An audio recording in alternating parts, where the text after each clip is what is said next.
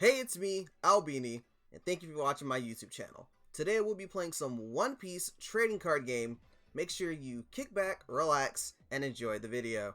Alright, if I'm not mistaken, yeah, when I started this game, my hand was abysmal. I have three dinges. In a regular deck, this would be a horrible thing to try and keep, but I decided to keep it because my leader's ability, trash one land a Wano card, and I can gain 2 extra Dawn from that arrested.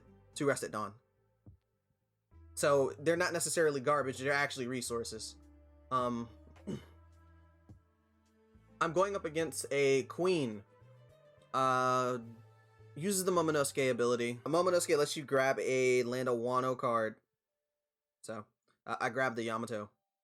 I believe here I go for the Odin leader ability, and I trash one of the Denjiro to play the Nekomamushi, which is a blocker. And I go 5 in the queen. The attack went through, passed over to my opponent. I think this whole game I basically played Protect Momo by blocking with the Nekomamushi early, because Momo's a very strong tool if you can make him stick to the board. My opponent drops the 4-cost blocker Sanji. I drew into a second Yamato. Go for Momo's ability again.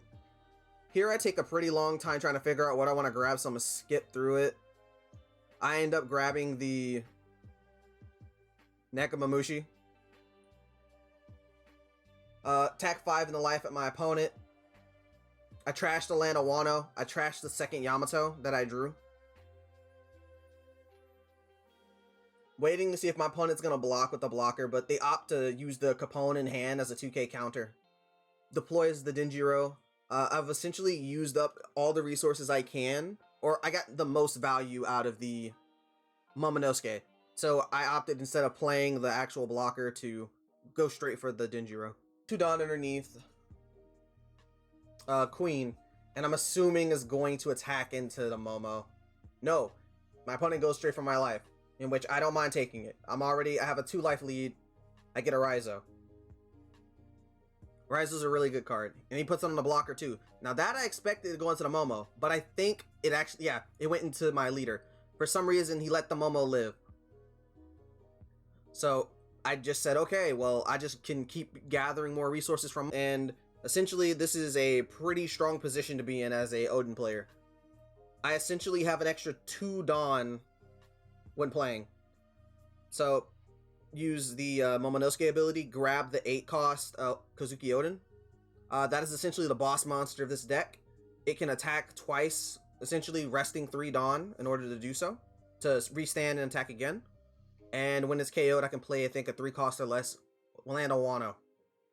I play the Nekomamushi to rest more Dawn, so I can put Dawn on a Denjiro to get more back. Put 2 Dawn on Denjiro, swung for 9 into the blocker, so that way they don't get it back on their next turn. As well as deployed a Raizo with the remaining Dawn. Then I use my leader's ability, trash the Nekomamushi, because they have nothing to block with, so that my Punk Gibson is live when I attack into their life. So I have some sort of way to defend Momonosuke or my Denjiro, more importantly. I believe this whole match, my opponent did not target the Nekomamushi, not the Nekomamushi, by Punk Gibson and then 2k. Because I've already lost my Denjiro, so I might as well keep it on the play now. I might as well keep it on the board. I'm able to use the ability. I think this time I already used the 2k, so I think I would grab, yeah, I would grab the Izo. So here I can put a Dawn underneath the Raizo, attack with Raizo, get the Raizo ability to draw a card, because there's 2 rested characters. Well, there's 1 rested character and himself. So 2 rested characters.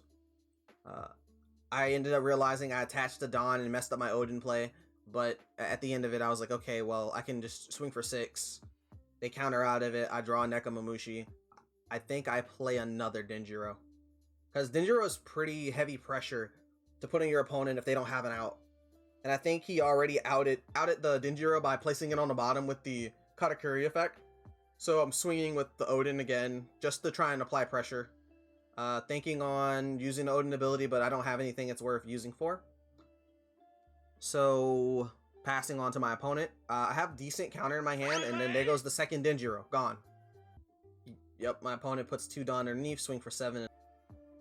No, I don't. Okay. Momo dies. Raizo, protect the Raizo. The Momo stayed on the field for a very long time. I got way more than the way more value out of it than you would expect. Deploying the Momonosuke to search. Think you grab the Nekomamushi here.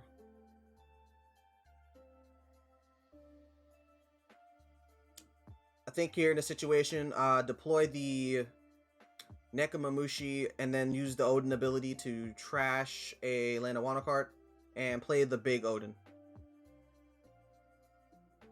5 and 5 at life with the Raizo to draw a card. The card was the Izo.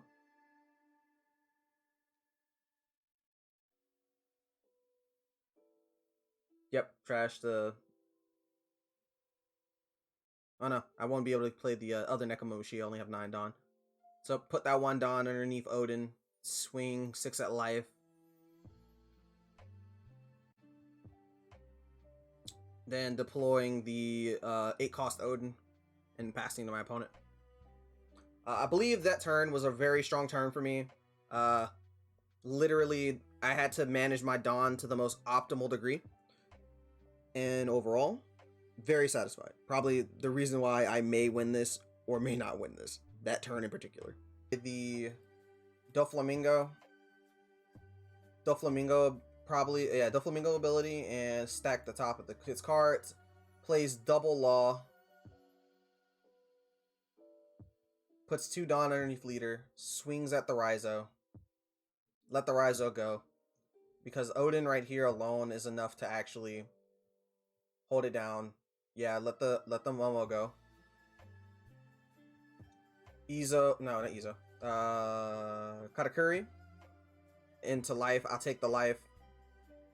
My opponent gave me so much extra life, it makes no sense. Just stacking the Dawn underneath the Odin because Odin's gonna be able to hit like a truck. Threatening the Katakuri, forcing out the blockers. Ability, restand, force out another blocker.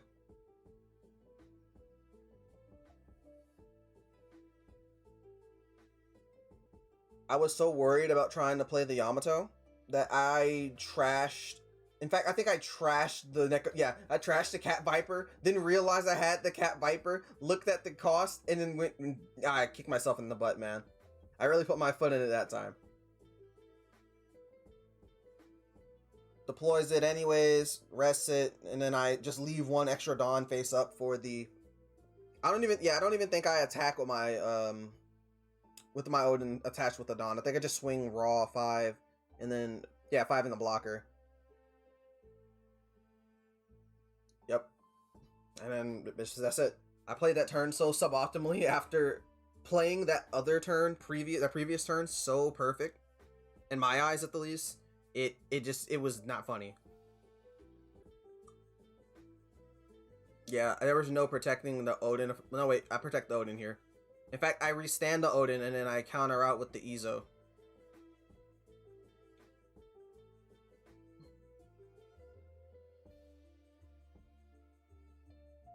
Oh no, keep the Paradise? No. Yeah, even here I played it wrong. I shouldn't have done that. Wait, was that 12k coming from the... Yeah, it was 12k. I didn't need to overcommit. I could have kept the Izo, Paradise Waterfall early and then got rid of the Wanda, but then I realized that the Wanda and the Nekomamushi are a combo in hand, so that way I have a blocker next turn. I can cheat out the Nekomamushi with the Wanda ability. 1,000 of life. I can't do anything about that. Well, I said 1,000. 10k. 10k at life.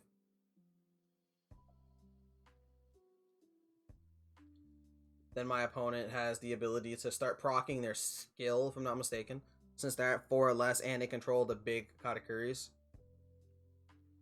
I even got the X Drake. The X Drake isn't going to do much. And my opponent ended up conceding.